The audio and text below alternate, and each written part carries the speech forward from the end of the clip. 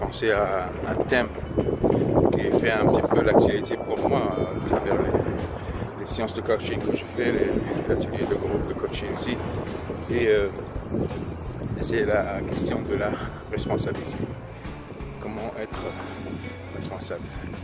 Est-ce que vraiment là on est au niveau de notre responsabilité qu'on doit assumer dans la vie en tant qu'individu d'abord, ou on est plutôt à la merci des autres, à la merci des événements, à la merci des circonstances parfois carrément métaphysiques.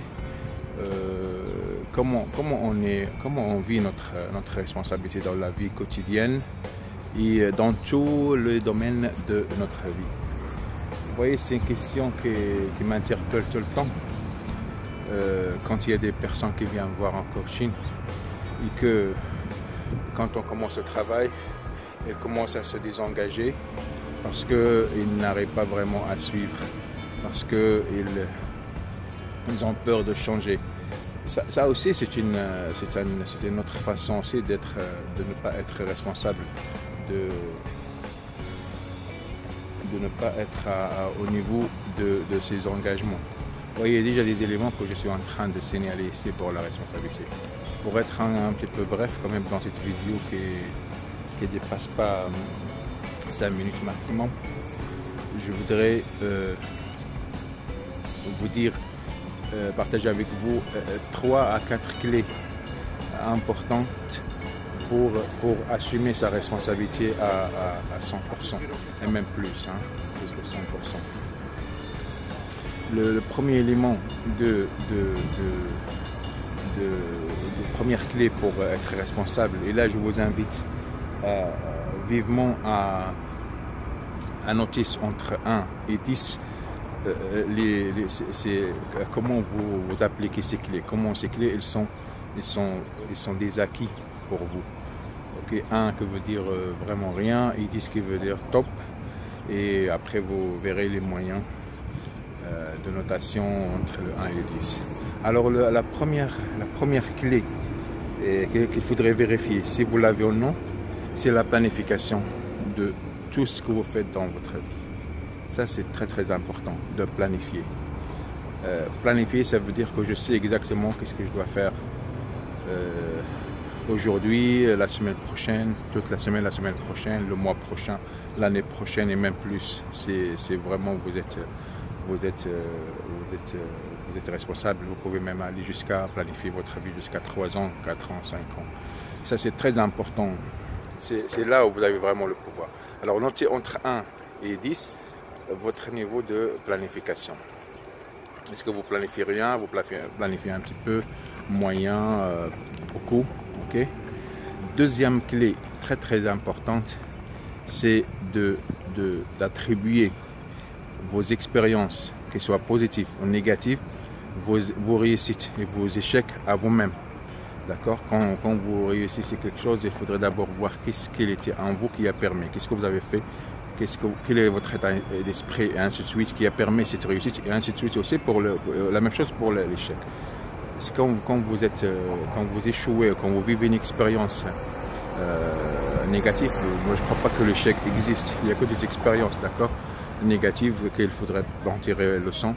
Est-ce que vous attribuez les facteurs de l'échec de cette expérience négative à vous-même, ou vous commencez à chercher ailleurs, à chercher les autres, à chercher les circonstances, à chercher votre environnement, à chercher des conditions qui n'existent pas, à chercher des forces métaphysiques plus fortes que vous, qui a fait tout. Voilà, notez entre 1 et 10 si vous attribuez tout à votre environnement, c'est 1. Si vous attribuez tout à vous-même et vous cherchez les causes en vous-même, en toi-même, mettez plus que 1 jusqu'à 10, ok? Et troisième clé que je crois que c'est très important, c'est l'engagement. Ça, c'est le top de la responsabilité. Assumer sa responsabilité, c'est s'engager. sur ce que vous faites. Si tu décides de faire quelque chose, il faut le faire jusqu'au bout. Peut-être le faire en étapes, en petites étapes, en petites pas, mais il faut le faire jusqu'au bout. Vous ne cherchez pas à aller à moitié chemin et après faire demi-tour. Non, cherchez à aller jusqu'au bout, quoi qu'il arrive. C'est très important, ça l'engagement. L'engagement, c'est... Et la quatrième clé, c'est la psychologie. Très important de penser à la psychologie, c'est-à-dire ton état d'esprit. Comment tu entames ce que tu veux faire. Si tu l'entames dans un état d'esprit négatif où tu dis que je suis, voilà, je vais pas arriver, je vais pas, c'est très difficile, c'est pas pour moi, etc. C'est que tu es dans un état d'esprit très très négatif. Et c'est de la psychologie en quelque sorte, vous voyez, c'est vraiment très très interne, c'est la psychologie interne qu'il faudrait aussi comprendre, il faudrait chercher en vous. Qu'est-ce qui se passe dans ta tête quand vous vous engagez, quand vous voulez faire quelque chose dans la vie. Voilà, notez l'engagement aussi de 1 à 10 et l'état d'esprit de 1 à 10. Si tu es engagé, tu mets à partir jusqu'à tu pars vraiment plus que 5. Si tu n'es pas engagé, tu notes entre 1 et 4 par exemple. Voilà, et la même chose aussi pour l'état d'esprit. C'est quoi, comment est l'état psychologie, note ta psychologie. Est-ce que tu es plutôt quelqu'un qui a un état d'esprit négatif, très négatif, c'est 1 et jusqu'à 4, moyen de 4 jusqu'à 6 et forte, élevé de 6 jusqu'à 10. Voilà, c'était les 4 clés qui, si elles sont en toi ou si elles ne sont pas en toi, elles démontrent, ils sont des indicateurs de ton niveau de responsabilité. À très bientôt.